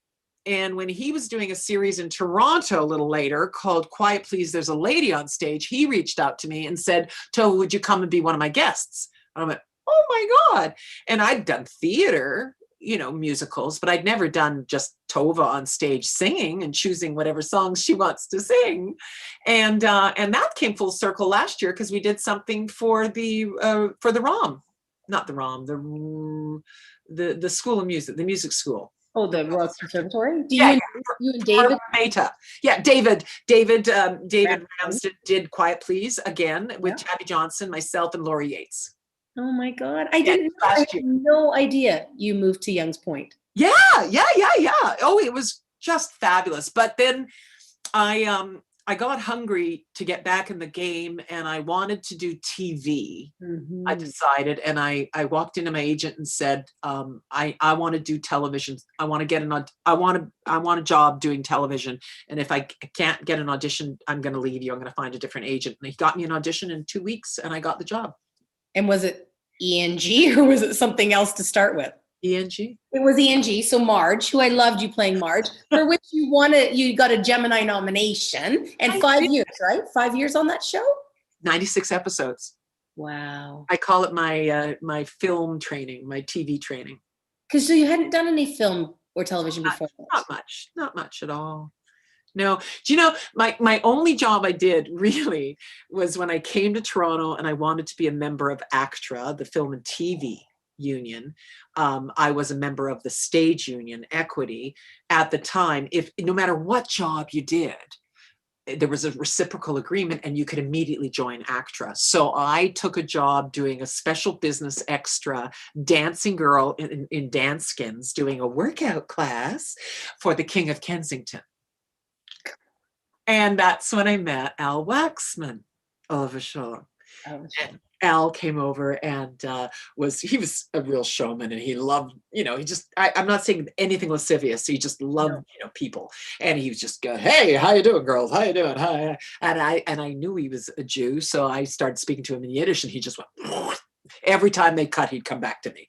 And we sat and chatted Yiddish, and he was going to Calgary, and he became best of friends. And he actually did fundraisers for me. He would introduce me at fundraisers for Still the Night. We became Wow. friends. Yeah. That's Yeah. amazing. That's amazing. Yeah. Well, there seems to have been a point where you transferred, maybe I'm wrong, almost exclusively to cabaret in Yiddish. Am I right or wrong? Or were we always doing both? No, I wasn't always doing both at all. And so this was like about 19, God, am I going to say a date and be wrong? Well, nobody will It was know. in the 90s. Okay. It was okay because aha. So the Queen's Bedroom, Adam Austin, Jane Ford, they had seen me do David Ramsden's Quiet Please, and then assumed that I was a musical performer. And he invited me to come and do a night at the Queen's Bedroom. And I had to think, what do I do? What do I do? So I started out just doing show tunes. And I was doing E&G at the time. So it was great because I did the Queen's Bedroom, not every week, but almost every week for almost 2 years. Like I was a constant there. And I really learned to work with piano players and pick material and work in front of an audience. And that's where the Jewish audience found me, because all of a sudden there's, these Jewish gay boys going to meetings for the Jewish community going, but there's this girl downtown. She keeps talking about being a Jew in a cabaret. And like one night I go out and there's these women, Penina Silverman, oh my God, I just adore her. She's in Europe now, but she was doing programming for the Jewish community. And they were sitting, I walk in to sing a concert at the Queen's Bedroom, and the manager comes up to me, Adam goes, how much do you friggin' charge for tea? Who are these people, Tova? They were coming to a gay bar to hear me sing, to see if they wanted to hire me for a Jewish event, and they're ordering tea. So they had driven the management crazy already. And I walk out, and that place, it seats 60 people? Like it's like nothing. Long and thin. Yep. And yeah, but I walk out and I look down at these women with their bouffant hairdos. And I remember looking down at them going, and who are you, the Jewish Defense League? And they laughed like crazy. And we had a good time. And they hired me to do a Holocaust program. What can I tell you of songs? And then I got a Jewish festival, the Jewish Film Festival, and then all of a sudden I was like this newfound treasure of the Jewish community in Toronto, and doing singing in my first language. And I love these Yiddish songs, and it was learning those Yiddish songs for the Yiddish festivals and bringing out songs that I knew from my parochial school that made me discover, there are songs about the Holocaust, about women and heroism. That's the way I could tell Still the Night. So that all fed into me knowing that Still the Night needed to be a musical, because there were songs called Still the Night, Still the Nacht. Still the night is full of starlight. See how even the frost, it burns the land. Do you remember what I already told you? To hold a revolver in your hand. That's a song lyric. Wow. That was written during the Holocaust, that directly spoke to my mother's experience of becoming a fighter in the woods, right? So that was my way through. And that's when I met John Alcorn and all those people. And I just, I've been so lucky. It's been so varied and so interesting. And there's a combination of luck. I mean, I think part of it is luck, but part of it is hard work as well, right? I mean, it's that combo, right place, right time, but with incredibly hard work and an open heart and soul. And encouraged Residency, and I'm running out of time here, but I absolutely loved you as Yenta in Fiddler on the Roof. And I have to say that when I went to Stratford to see Fiddler and knew that Brent Carver, God rest his soul, as we would say, I love Sean, I couldn't imagine him as Tevye, right? Because he's not Zero Mostel. But 5 minutes on stage, you'd forget anybody else was ever Tevye. Of course, he's skinny and he should be, he's sickly. He's in a shtetl and starving to death. And you were so good in that. Was it Susan Schulman that directed it? Mhm. Yeah, I loved that production. So many things. Steve Ross and the Oh, dance with the hat, the bottles on the head. Michael Terrio. Yeah. Oh, I just all of them. They're just Robin Hutton, that home I love. Oh my God, there's just brilliant, brilliant, brilliant, brilliant show, and what a great experience. And I threw a Passover Seder for 75 actors. Opening week. Yeah, yeah. It was just wonderful. And Brent was exceptional. To me, he was we're so used to seeing Zero Mostel do it as the clown. But if you go back to Sholem Aleicham's original stories, Tevye and his daughter, Tevye was a thin man who didn't have enough to feed his family. How could he be so fat? The butcher should be fat, not Tevye. Tevye is this devout, skinny man trying to eke out a living. Even his cow is thin, right? Because it doesn't give enough milk. Yep. So in that production, to cast him as this great, centered man who just talks to God and wishes the world would do its best to make things good. And then this crazy world around him that didn't have the connection that he had to God. That made sense to me. Yeah, it was a beautiful, another really evocative, memorable production. And, Brent was like that. He kind of gave a piece of his soul to the audience every time. And I can't imagine ultimately what it cost him to give those little bits and pieces. Every production he did, I gather, I mean, yeah. The last time I saw him, I think he was walking it through Stratford. He was just coming from a meeting with Martha Henry, trying to figure out their next show that they were going to do. Yeah. And I couldn't even get an audition for Stratford. I mean, this business is so crazy. I called my agent and asked for an audition for Fiddler. I'd never asked to audition. I'd never auditioned for Stratford. And I said, but if they're doing Fiddler, why wouldn't I do it? And they gave me a chorus audition at 8 in the morning. Yeah. But you went? I went and I brought John Elkhorn and I sang one of my Yiddish tunes from a contemporary of Sholem Aleicham's. And Susan is a real New York director. She would say, bring 5 choices and we will give you 16 bars of my choice. Tell me what, so you walk in and basically tell me what you brought and I'll tell you what I want to hear. Okay. So I walked in because I'm a little, in my language, they call it chutzpahdik. I've got a little gall. I've got a little, I don't know, guts. Anyway, I knew what I wanted to sing and I wasn't going to give her a choice. So she says, what have you brought for me to choose from? And I said, well, I've brought a song from a contemporary of Sholem Aleicham's. I think it's going to give you what you want to hear. And she goes, okay. And so I knew she was stopping everybody at 16 bars because other actors had come out, other girls had said, oh my God, they stop you. So that was true. And so I blew it, showed them my belt, everything in the first 8 bars. And she never stopped me. It's a 4-minute song. Anyway, and then came up to me and just sat there looking at me as I sang. And then she comes up with a script and hands me the script for Yenta and says, go study that and come back in when you're ready. And I went, not Golden? She goes, get out of here.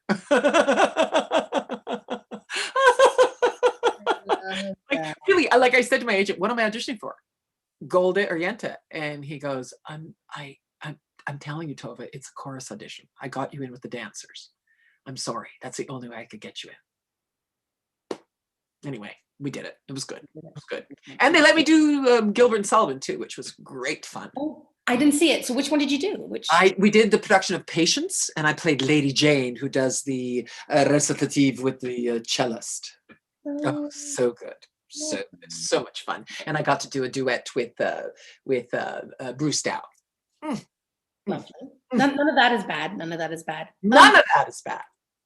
Okay, so you just finished your 4-year tenure, is that right? As president of ACTRA? Yeah. Why would anyone want to be the president of their union / Good question. I was brought into the union because my children started doing some film and TV work when they were very little, and I've been in the business, as we've been talking about, my whole life. And it wasn't until my kids started doing some commercial work that all of a sudden producers were not treating us nicely, not treating us fairly, and actually trying to get away with things that I knew were not right to do, let alone to ACTRA members, let alone to children. So I had 3 grievances against producers the first year that my children were in the business, and I won all 3 because I don't take crap from people. And I wasn't going to let them get away with it, because it just means that they would do it to the next child. So no, you do not do that. You do not keep a 6-year-old 14 hours on a set because I send her with a babysitter. That should not be happening, right? Like, why are you doing this? Because you think the parent's not going to say anything? Well, you don't know this parent. Yeah, exactly. So I was asked by staff at ACTRA if I would mind coming in and working with the union to help all children, not just my own. So I became the children's Children's advocate. Well, that was a little later, but yes, but basically I was the chair of the children's committee. And within 3 months of doing that, I was negotiating a brand new expanded children's section in the IPA. Basically, with staff and with other members, I helped write the rule book for children working in the film and television industry out of my experience as an actor and of my experience as a mom of what was needed. And we were very, very successful. So I was there. That was in 92 to 96. Then 96, I did Still the Night. Then I went away. I was gone for 4 years, basically, doing Still the Night, Ragtime, shows in Montreal, just theater. Came back to Stratford in 2000. And I remember getting a call from the union saying they were creating an advocate position, and would I consider being the first children's advocate? And I said, what does it entail? They went, I don't know, you'd have to create it. So I took it on and just kept advocating for children. And one of our proudest moments is, took 10 years, but we got legislature passed. So there's laws now protecting children in the live and recorded media in the province of Ontario, and it's the Child Protection Act. Yes. So I was very, very instrumental working with our sister union, Equity and ACTRA and the CMPA, the Producers Association and PACT, to have all that in place. So that was really, really good. And then I guess just being there and being involved, and I'm, ask a busy person to do stuff. I took on a lot of files, and I guess it was eventually 5 years ago, that both my national president and the Toronto president asked me the same week if I would consider running for president of both national and Toronto. And I had been in service from 2003 again till 4 years ago, and I'd never run for president. There was lots of people capable of doing it. Why would they need me to do it? I was fine doing the volunteer work I was doing. But then when I was asked by both presidents if I would be part of their the transition team, then I knew the writing was on the wall. I had to at least run for one of them. I was being called. So I did. And then all hell broke loose when I was elected. You haven't had a break, right? Me Too, to pandemic, to Black Lives Matter. Like, what a hell? Yeah, and major negotiations in the middle of it. The respect issues were huge. Bringing the industry together for the Creative Industries Coalition to create a code of conduct. I mean, one of my most embarrassing moments, I think, or realizations, is that even though I've been in leadership for so long and been part of the conversations, at no point did myself or any other strong woman leader at the union say, could we put misogyny on the agenda? Could we put sexism on the agenda? Could we just talk about the casting couch and what's happening to young women? I remember in my younger days calling my agent and going, how does one put up with this? And I was told, in quotes, exactly, shut up, take the money and run. Button, Tova, you'll never work again. Just shut up.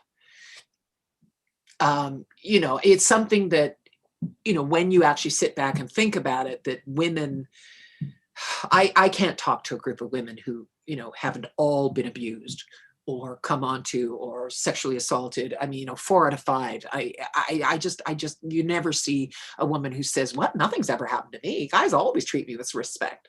So and even though we're happily married with really great guys, that's not what it's about. It's about the world out there. And the times, when I count how many times I've been sexually assaulted from, you know, the strength in my thighs keeping me from technically being assaulted, to being attacked in alleys, being attacked, so many times. I mean, I used to say at the beginning of the Me Too movement, I used to say, I'm a Me Too ×4. I think it's up to 6 or 7 now of different ones that I'm remembering, going, oh, right, there was that thing when I was traveling in Israel. Oh, right, I remember that. Where I was lucky to be alive. So, it's just the way it is. And you learn to just put up with it. You learn to just go, well, yeah, that's put up. Again, guys can be assholes. And why did I put myself in that situation? We tend to blame ourselves. So I'm so very proud of bringing the industry together and being the spiritual spokesperson for ACTRA at the time. And I was the right president at the right time. Thankfully, it was a woman in place because I changed things. I mean, I worked with our staff and with the other women around the table and said, basically, very network, but enough is enough. We're not going to put up with this anymore, and things have to change. And we made them change. And there's been nothing's perfect, but there's been a lot of improvement. But we've got a long way to go still. But there's training, there's education, there's reporting mechanisms now, there's places to go get help. We've put so much in place. And, Black Lives Matter, even before this horrible summer of all the shootings and George Floyd and all of that, 4 years ago, the Black Lives and the Pride Parade and all that. I mean, I was down there marching with them then 4 years ago, at the beginning of it, and took shit from some people saying we shouldn't be that. Some of my members, not many, but some. And it's an evolving process. What can I say? It's an evolving process of, there's so many lawyers involved in all the things we do. And too many times in leadership, you hear about, well, we got to be careful. We got to, keep it kind of neutral because we could be taken to court. There's human rights cases, there's this or that. At some point, I just feel you have to take a stand. You just have to take a stand. And this had to stop. So I've had some very important, I believe, conversations with industry partners over my tenure, and I know that we have helped the needle move big time. I know we have. Policies have shifted in our governance. Policies have shifted with funding bodies, and it's because of the conversations, the honest conversations we had. Today we had a great win. The government was going to claw back the support they gave to independent artists with the Canadian Emergency Response Benefit, where we got them to, even though we don't qualify for EI insurance, we got them to extend it to the gig workers in the economy.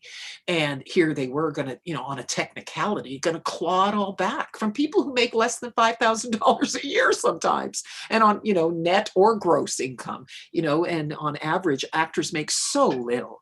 So today they actually, heard us. And I've had ministers and members of parliament talk to me today and say, thank you for your voice. It was, I'm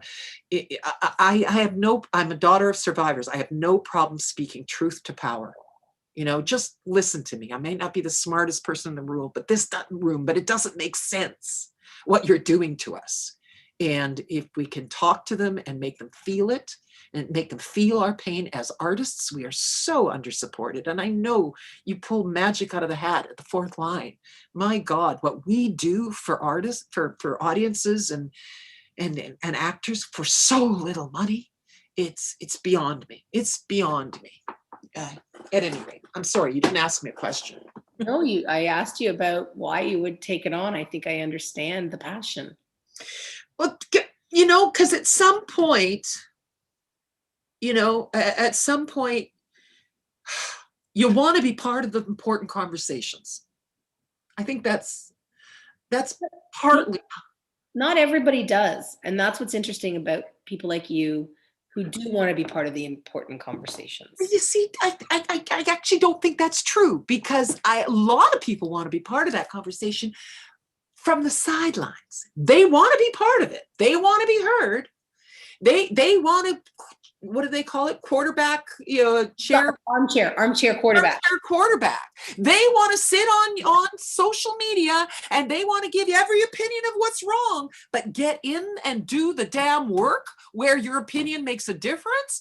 Actually, once you feel that, you go, wow, that's, first of all, it's a huge responsibility.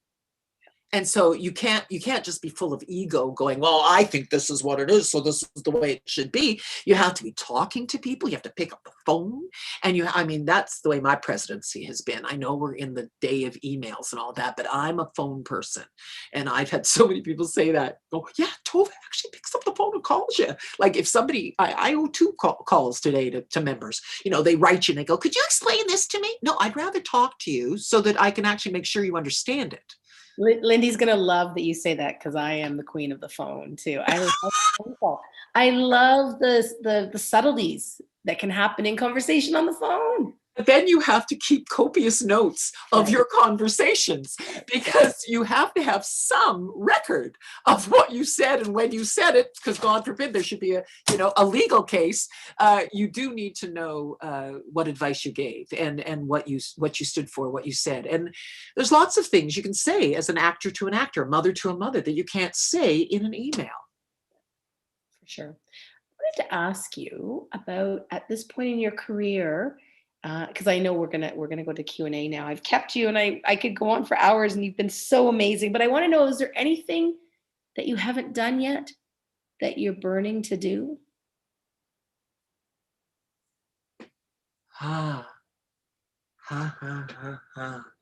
Isn't that interesting? Yeah. There's so much. How is that possible? You've done so much. No, there is so much. I do love doing new scripts, I gotta say. I do love finding my way into serving a vision and helping. I've got a bit of a writer's mind and a bit of a dramaturgical mind as well. I'd like to get back and do some more musicals rather than just the concert work. I had a good run a couple years ago, and I don't know. I want to do more film and TV. I want to do another TV series. Gifts like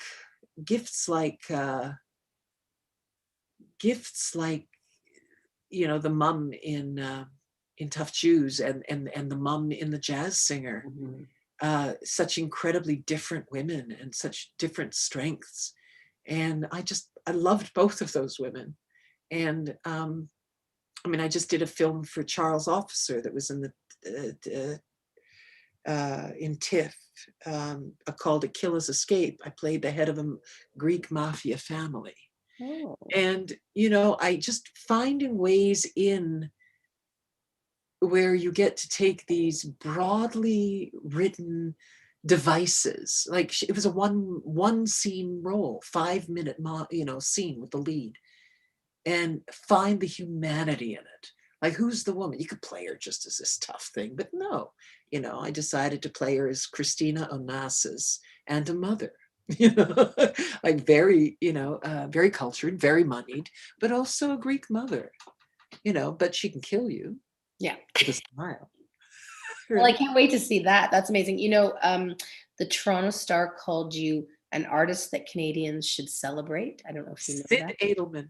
Yeah, Sid Edelman. Sid Edelman called. And I think he's right on the money with that one. I'm not going to say goodbye yet, but I'm going to say it has been such a joyful roller coaster to talk with you. Oh. You're amazing. Tova, you're amazing. I know, it's weird, eh? As you get to this age now, in my 60s, when I hit 50, my mother-in-law said, in a birthday card, I'll never forget, she goes, I just want you to know it's easier pushing downhill. But what I feel blessed about getting to this age is there was a time in my 40s that I was looking at women who were in their 60s and going, oh God, there's nothing for them to do. Oh God. Right now, the roles I do audition for are so good. They're so interesting. The roles that are offered are so tasty. So I think we're opening up possibilities.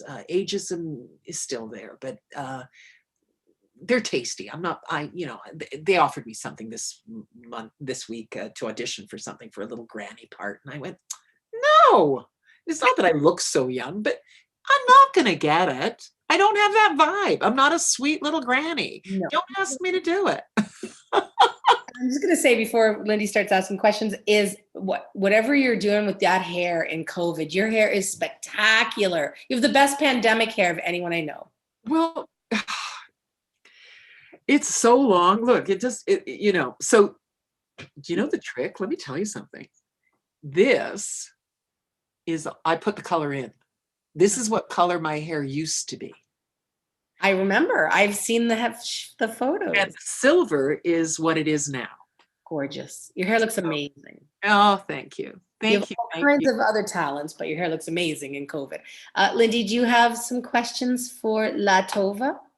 Hello, I do. Thank you both, the queens of the telephone, for this. It's been absolutely. They don't like to talk at all.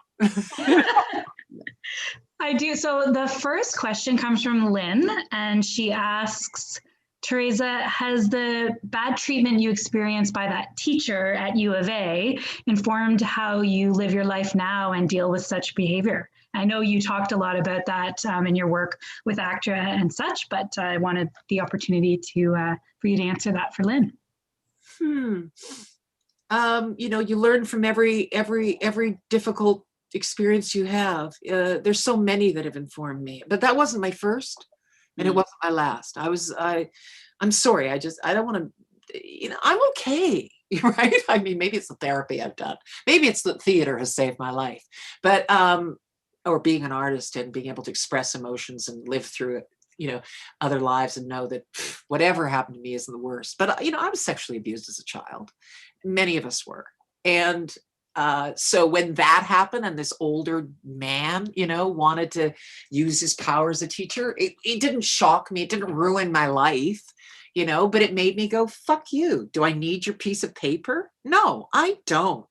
And I'm not going to put up with it. And you're not going to get me. Like, I just don't need to. And I lived through the 70s, believe me. I had plenty of experiences with the guys, but I just didn't need to do anything that I didn't want to do. And I think that's the strength that women need to have. If we can muster it, because sometimes we can't. It didn't ruin anything for me. It gave me perspective, I think, on, look, I'm sorry, because it's tales out of school, but I had friends of my dad's coming on to me when I was at university. Don't have to tell your dad you're in town next time. Why don't you just give me a call? It's ridiculous. It's ridiculous. I've had rabbis come on to me. Right. It's not that I'm so come onable, but it's just, it's this thing that's out there. We have to teach our men better. Yeah. That's where it has to start. And I think I don't know, I'm just going on, but I think as a mom of a boy and a girl, I think that was my responsibility, was to teach a young boy to become a man that would respect women and just respect them as regular human beings, like you would treat anyone. And just be good to people.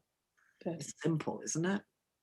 Sorry, I'm not really answering. No, one would think you answered her. I wonder if that's our lovely Lynn Slotkin. Hi, Lynn. I wonder if that's that Lynn. Sometimes she watches these. Lindy, do you have any other ones? I do. Thank you for that. Thank you for your honesty. And it is that Lynn. From that, Kate asks, when it comes to developing your own story and shedding light on a very sensitive and personal life experience, can you offer some advice on how to navigate the hurt that may come with exposing familial truth? The hurt for yourself or the hurt for your loved ones? I think she's talking about both. I know what Kate is and I know what she's talking about. So for both, yeah. It's interesting because I used to go, I haven't in a few years, but I think I went up 5 times in total for a teacher at York University. They used to bring me up and teach a course called Improvisation in the Holocaust. Who knew they taught such a course? No. And I would go up and talk to young theater students about the process of creating personal stories in theater. And some great playwrights came out of those classes who have had great success, believe it or not. And not just because of me, I'm just saying the whole program. But the exploration was really digging down and understanding your own personal journey as a writer. If you have a story to tell, what is your story?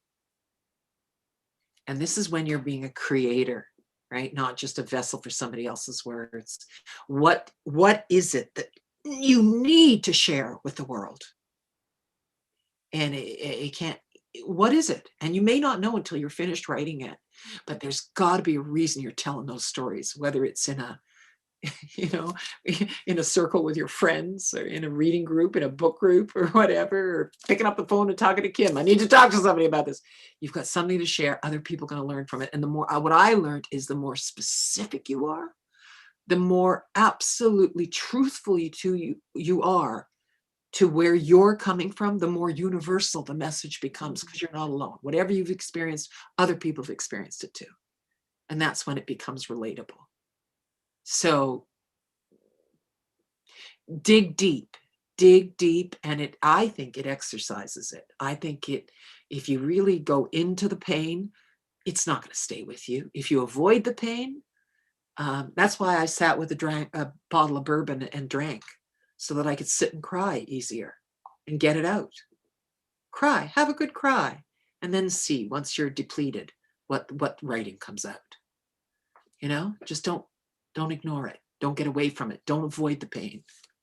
Sorry, that might not be terrible advice. Beautiful. But that's the trick that's worked for me.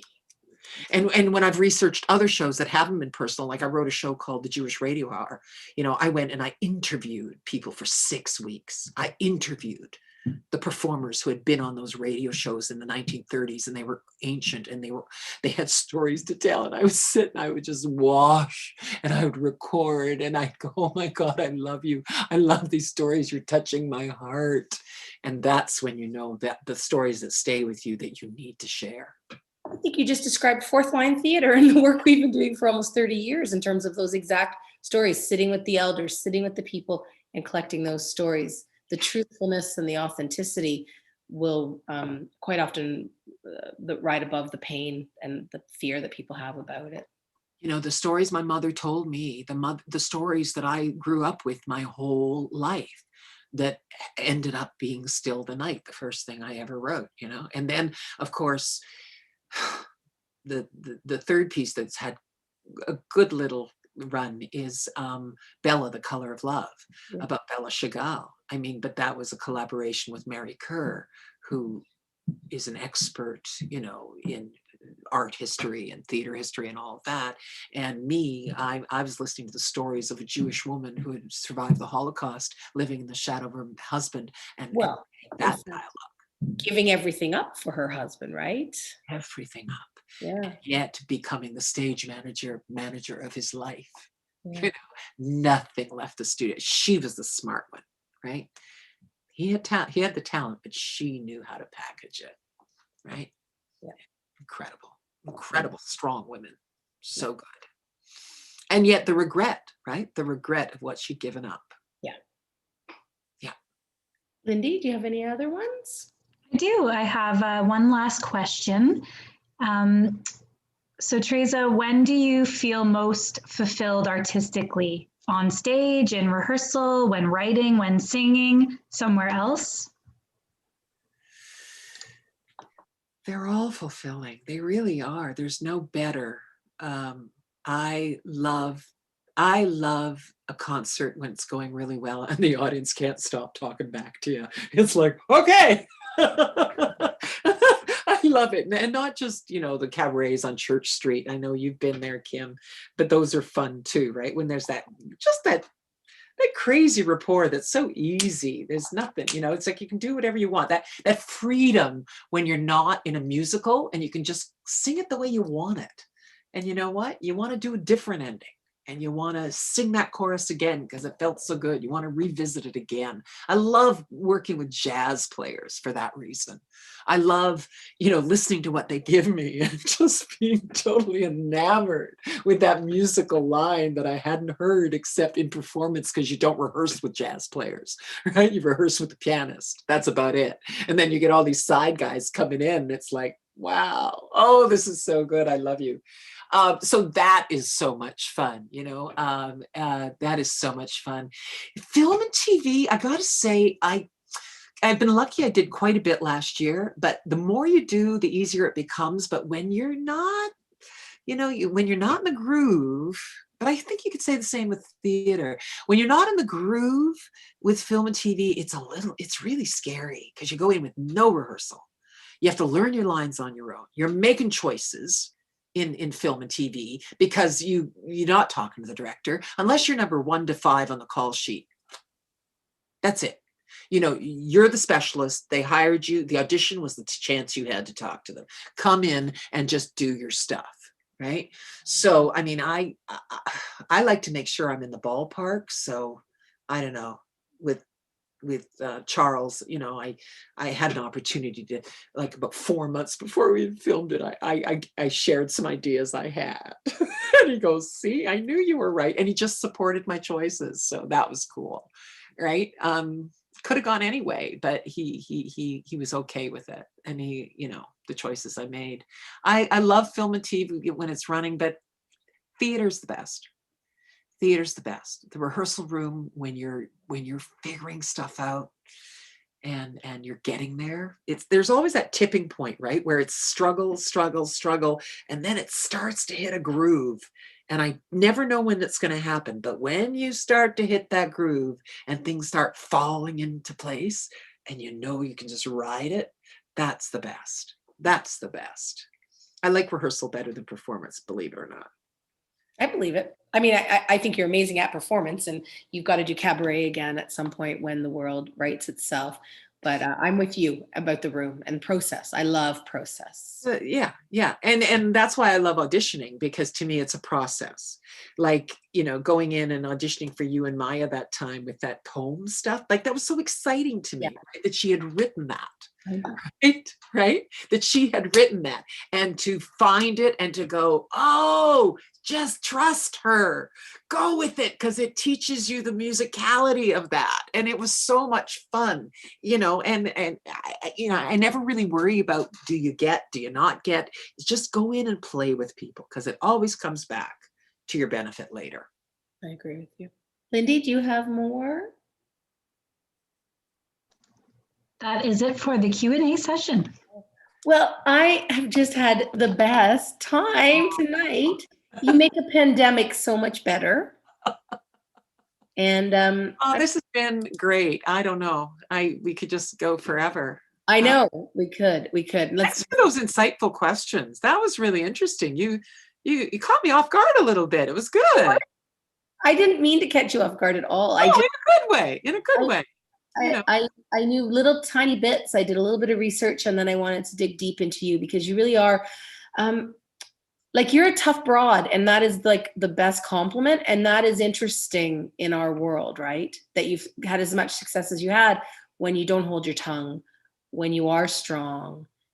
I have a great deal of admiration for you, Tova. Well, the only thing I can say is any questioning is so that I can commit 100%. Right? Yep. If I'm going to fight you as an actor because I don't trust you or I don't understand it, I have to ask those questions, because then I can understand, and then I can be there and give you exactly what you want and what you envision. That's so exciting. I love it. I love it. I love you. Thank you so much. God bless. We were all really lucky to have you here tonight. Thank you. I'm honored, really. What fun. And anyway, I'll see you on Facebook, and then eventually I will see you somewhere live again. Yeah. But there's new things happening, right? I did an audiobook this year, and that's a whole new world. I mean, gosh, I just want to be like Christopher Plummer and And who the other greats that I think of? Oh, this Soul Pepper, a wonderful actor that right until his 80s, he was just, like in the middle of the work. That's where I want to go. In the middle of the work, Okay. just working. Then the next time I'm going to hear from you and see you, you're going to be in the middle of the work. There's my wish for you. Yeah, let's do that. Thank you. Thanks, Lindy. Thank you for this. Okay, have a good night.